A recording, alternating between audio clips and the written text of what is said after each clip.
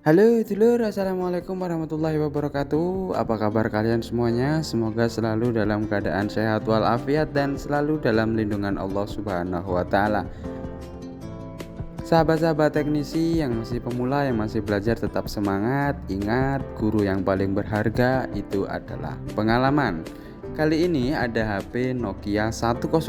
Masalahnya adalah ketika kita cas, dia masuk, tetapi ketika kabelnya kita goyangkan,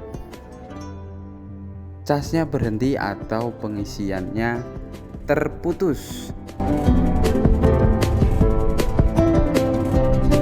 Penyebab daripada masalah ini adalah lubang atau konektor casnya itu biasanya sudah kendor.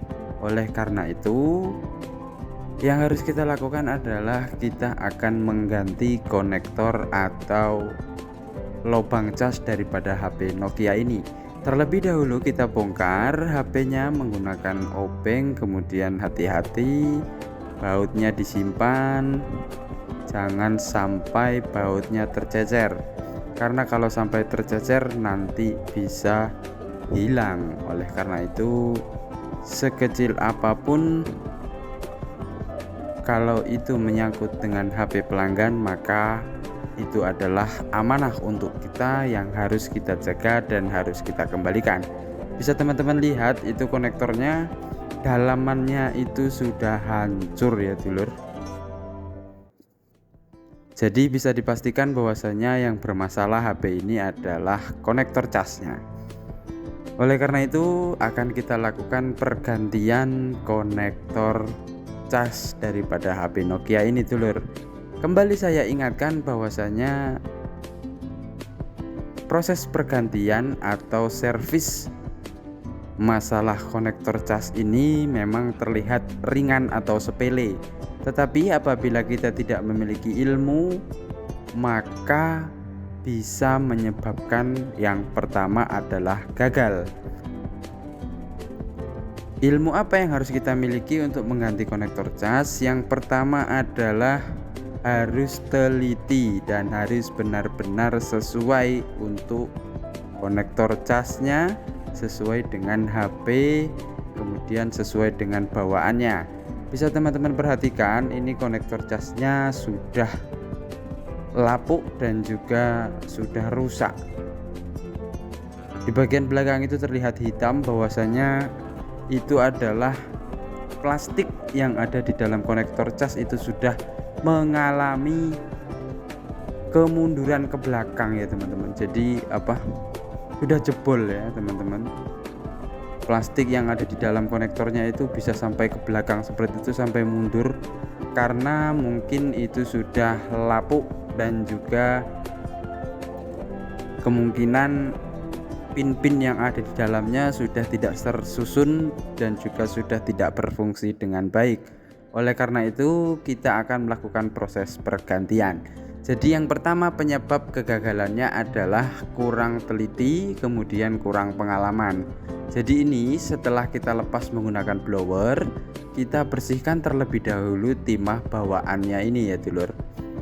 Karena apa? Timah bawaan ini biasanya keras. Oleh karena itu kita harus mengganti dengan timah yang low temperaturnya atau menggunakan timah pasta, agar nanti proses pemasangannya itu lebih cepat, lebih mudah. Yang kedua, kalau kita tidak punya ilmunya, mengganti konektor cas itu bisa tidak awet ya dulur. Kenapa? Karena biasanya kita mengganti konektor cas itu menggunakan blower. Blower akan membuat konektor yang baru itu mengalami panas pada bagian besinya itu dulur. Jadi konektor itu terdiri dari kuningan, yaitu yang menjadi pin, kemudian kaleng atau besi yang menjadi lubang atau tempat USB-nya itu masuk. Yang ketiga adalah plastik. Jadi di dalam lubang besi atau kalengnya ini terdapat plastik yang menjadi bantal ataupun landasan untuk pin kuningan yang dari belakang itu. yang 5 pin, kemudian dia masuk ke dalam konektor. Di dalam konektor itu biasanya ditahan atau diganjel oleh plastik ya dulur. Jadi kalau kita tidak tahu ilmunya, maka proses pergantian konektor cas ini bisa berhasil tetapi bisa mengakibatkan tidak awet atau tidak tahan lama. Karena blowernya itu panas, kemudian dia langsung membuat plastik yang ada di dalam konektornya itu meleleh, sehingga itu menjadi penyebab tidak awet. Yang ketiga adalah yang harus kita perhatikan, konektor cas ini harus benar-benar terpasang dengan presisi. Selain presisi, harus ada kekuatan, karena kita atau orang-orang atau pelanggan atau pemilik HP ini biasanya tidak sama dengan kita dulur. Saat memasukkan USB-nya atau mencolokkan itu kan, kalau kita mungkin bisa pelan-pelan ataupun bisa dipaskan dulu. Kalau ini yang punya orang tua, udah mbah-mbah, mbon sepuh, biasanya itu masukkan USB-nya itu sembarangan, kemudian kalau tidak pas juga langsung aja didorong, sehingga kalau kita memasangnya tidak kuat akan rontok ya dulu.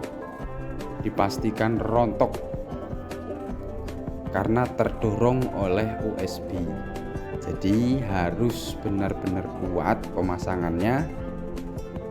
Kalau misalnya pakai blower itu timahnya tidak bisa meleleh dengan sempurna atau tidak bisa menggigit dengan sempurna, alangkah lebih baiknya kalau kita dobeli dengan menggunakan solder, sehingga kita perlu tambahkan timah pada bagian pin sisi kiri kanannya, kemudian kita gunakan solder dan timah kita tambahi, kita dobeli ya dulur, supaya kuat. Jadi walaupun nanti orang tua maupun orang yang masih awam dalam menggunakan HP kemudian memasukkan atau mencolokkan daripada casannya, itu tidak rusak ya dulur. Proses pergantian sudah selesai. Ini saatnya kita coba, kita nyalakan dulu HP-nya, kemudian akan kita coba lakukan pengecasan atau charging. Apakah ini sudah berhasil atau belum, maka kita tunggu saja.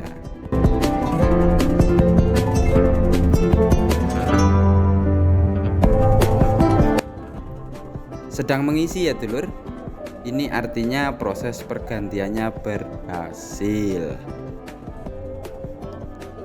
Nah, bisa diperhatikan, saya coba kembali. Sedang mengisi artinya proses pergantian daripada konektor casnya ini berhasil.